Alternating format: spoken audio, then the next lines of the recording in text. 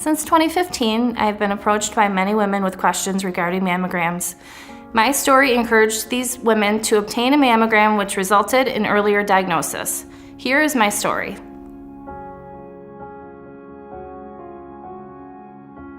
In January, I decided to schedule my mammogram. I just turned 40, and at the new year, I decided that this was going to be like my year of health and wellness. I scheduled my mammogram, I believe it was on the 21st of January.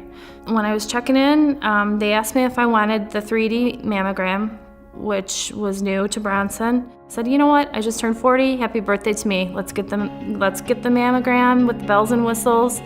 You know, they looked at my pictures and they're like, they'll call you within a day or so. And so they did, and Dr. Jacobs called and said, Shannon, I'm so sorry, and I could tell she was very emotional on the phone. She just said, I'm so sorry, you have cancer.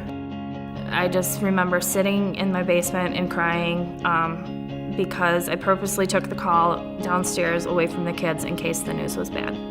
Obviously my husband and myself were devastated. I mean, that first few hours is a blur, but what we ended up doing is we ended up calling our primary doctor, Dr. Melissa Davidson. She called us right back, and she's just sat on the phone with us probably for an hour and a half and talked to us about the diagnosis and what she saw in the preliminary lab report. It was very reassuring for both Sean and myself that we had, that support, that we could call on her, because, when somebody gives you a diagnosis like that, I mean, immediately I'm just like, what's gonna happen, and what about the kids, and what about Sean, and just how are we gonna, we didn't even know how we were gonna get through that rest of that day, let alone what was gonna come later.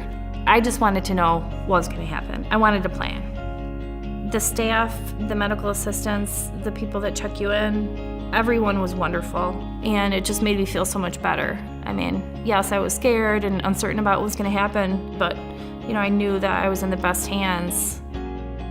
I know that people have come to me since this and said, my mom died, my aunt died. If you have that first-degree relative, you owe it to yourself to get checked. I know that you might be scared, but, it's doable to beat cancer.